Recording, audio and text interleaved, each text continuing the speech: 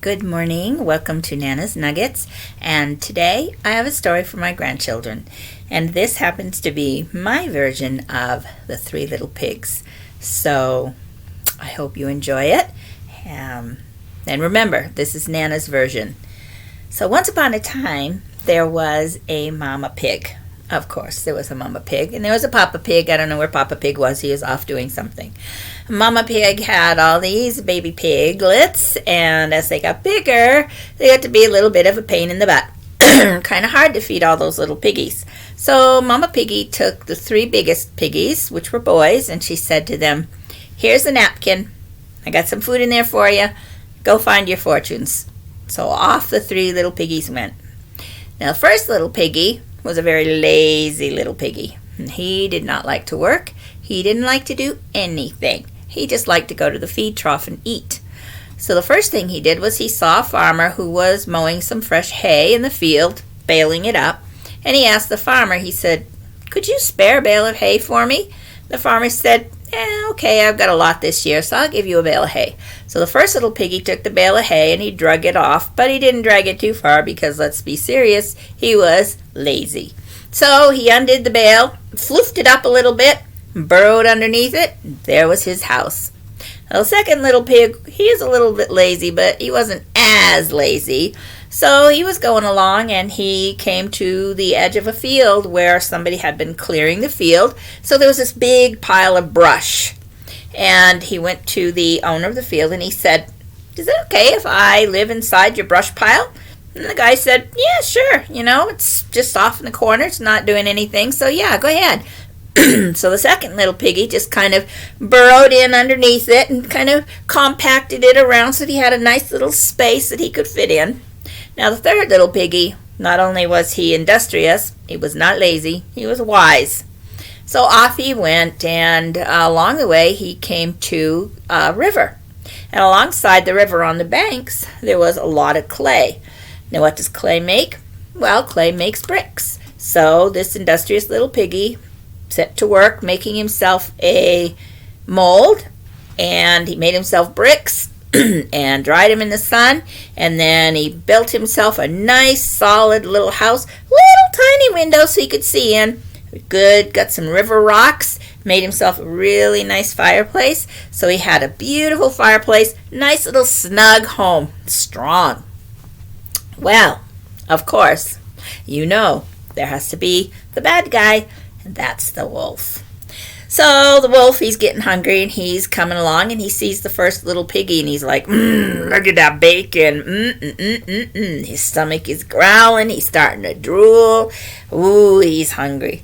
So he runs after the little piggy. Well, little piggy sees him and he squeals and he dives into his little haystack house. And the wolf says, "Come out, little piggy. Come on out." The little piggy says, I ain't coming out. And the wolf says, "If you don't come out, I'm going to huff and I'm going to puff and I'm going to blow your house over." The little piggy's just inside, he's shivering, he's so scared. He starts to squeal. No! Well, what does the wolf do? He huffs and he puffs and he huffs and he puffs and he blew the straw away, and so he had sausage and bacon and pork chops, and he had some good meat for a long time, and he was fat and sassy. So for a while, things were kind of calm. Well, then the old wolf, he runs out of his piggy supplies. His pork's all gone. He hungry again.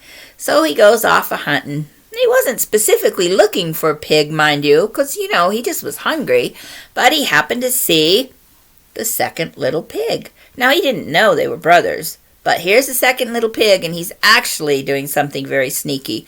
He was rooting in the field that the farmer had cleared, trying to find some potatoes and turnips and things so that he could have food, because, he was too lazy to go get his own, to do any work. Well, he sees the wolf coming and he runs inside his little twiggy shelter. And the wolf comes up and he goes, "Let me in, little pig." Oh, no way. Little pig is not dumb. And he's like, "No way, no way. Go away, go away, go away, wolf." And the wolf is like, "If you don't come out, I'm going to huff and I'm going to puff and I am going to blow your house down." Well, little piggy starts shaking and he's so scared and he starts screaming and squealing, "No, no!" Well, the wolf huffs and he puffs and he huffs and he puffs. And he has himself another supply of bacon and sausage and pork chops and pork loin and pork roasts and you name it, ham hocks to make beans with and head cheese and all those good things and even the tail, which they call the squeak. So had himself some good food to last for a long time. Meanwhile, well, he's been eating these little piggies and he's quite happy. The third little piggy, who built himself such a nice home, also became very industrious. He built himself a little tiny shed. He had himself some chickens, and he had a garden growing, and he had planted a little orchard. Now, grant you, it didn't grow too fast, but, he had things. He went around gathering blackberries from the bushes, making jams and jellies from the wild strawberries and stuff, and wild raspberries. So he would take these jams and jellies and he would sell them, and that's how he made his money, was selling jams and jellies. So he was an industrious little pig. He had himself this nice little house. Well, he was on his way home one day from selling his jams and jellies, had his little basket on his arm, and Mr. Wolf by this time he's getting a little hungry. There wasn't much left to eat. He sees this piggy. So he's like, "I'm going to eat this one too. Yum, yum, yum. He starts drooling when he's thinking about all this bacon and sausage and good stuff. Well, he starts to run in and Mr. Piggy hears this thump, thump behind him, and he turns and it's the wolf, and boom, in the house he goes, shuts the door and locks it. So the wolf comes up and says, "Little pig, let me in." Oh, little pig is... "No way, not by the hair of my chinny chin will I let you in."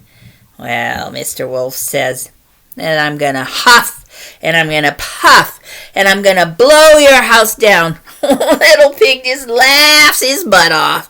He says, "Go ahead, try it." So Mr. Wolf does. He tries huffing and puffing, and then he gets so mad he's banging on the house, and he's huffing and banging and puffing and banging. Nothing happening, because it's a good solid house Mr. Pig built. So Wolf is mad. He's mad and he's hungry. So he goes over and he plops himself down underneath the nearest tree in the shade. He starts thinking, how can I get this pig? So he goes, aha, I know. I'll trick him. So he goes up to the door and he says, "Yo, Mr. Pig." Mr. Pig goes, "What do you want, Wolf?" "Hey, I noticed that you sell jams and jellies to the neighborhood. I happen to know a place where there's a wild apple orchard. All the apples you can pick for free, and I'd be glad to show you where it is. It's not too far off. If you'd like, come on and I'll take you over there tomorrow morning. Oh, say 7 o'clock in the morning." Mr. Pig says, "Oh, that'd be fine, Wolf. Thank you. Right neighborly of you."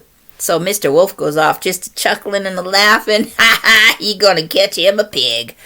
But Mr. Piggy's not dumb, and he happens to know where that apple orchard is. So the next day, he gets up at 5 o'clock in the morning, goes off to the apple orchard, picks all the ripe apples, scurries home, and by the time Mr. Wolf comes around at 7 o'clock, Mr. Pig's already home and safe.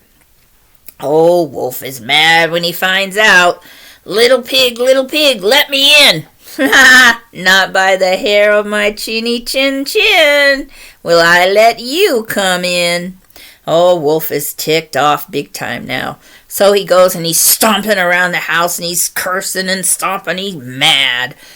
Then he goes and plops under the tree again. He thinks, well, how can I trick this pig? I want this pig. And now it's not so much just that he's hungry, just that he's stinking greedy and he's mad. So he comes to Mr. Pig's house again and he says, "Hey, Mr. Pig, there's a county fair in the town over there across the bridge. And I'd be glad to accompany you to the fair. I bet you could sell your jams and jellies there. Make yourself a good profit selling those jams and jellies. More than you sell to these peasants around here. Well, Mr. Pig says, well, that's right nice of you, Mr. Wolf. And Mr. Wolf says, I can even carry extra baskets for you so you can take twice the load that you'd normally carry. Huh! Why, Mr. Wolf, that is so kind of you. So, Mr. Wolf says, well, I'll meet you at 6 o'clock in the morning.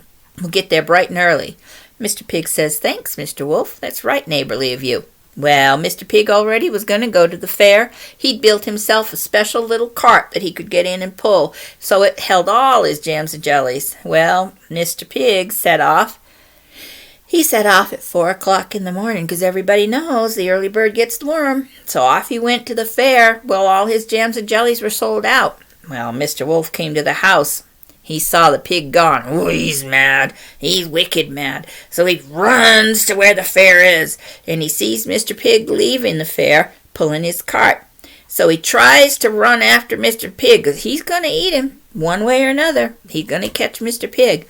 Well, as he's running, Mr. Pig hears a thump, a thump, a thump, a thump, a thump behind him. He turns around. He sees Mr. Wolf coming.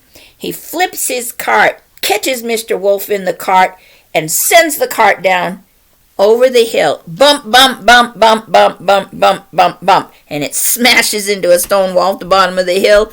Oh, Mr. Wolf's got himself a concussion. He doesn't feel so good. Mr. Pig runs on home. Well, when Mr. Wolf woke up from the concussion, he's mad. He's wicked mad. And he got a bitty bad hurting head. This time he doesn't care. He's going to eat that pig. So he comes to the house and he says, little pig, you let me in. Nah, not by the hair of my chinny chin chin am I going to let you in. Mr. Wolf says, I'm going to come in whether you like it or not. He climbs up to the roof. Little pig hears him, thump, thump, thump, thump, on the roof. So he knows, Wolf is going to try and come down my chimney. All right, Wolf, come on down. So he lights a fire and puts a fire. He didn't light it yet. He builds this nice big fire in there while Wolf is coming. And the wolf is coming down the chimney. And he's coming down tail first because, he's got to shimmy his way down. Well, Piggy sees that tail come down. He lights the fire. Woohoo! Out goes the wolf, tail on fire, burning like a firebrand. He runs and throws himself in the river to cool off his little burning bum, and he drowns. Now that's the end of my Three Little Pigs story. And Third Little Pig, well, he lived happy ever after, and his jams and jellies became known throughout all the countryside. People came everywhere to get his jams and jellies. They were so good. And that's the end. Have a good day. I love you all. Bye-bye.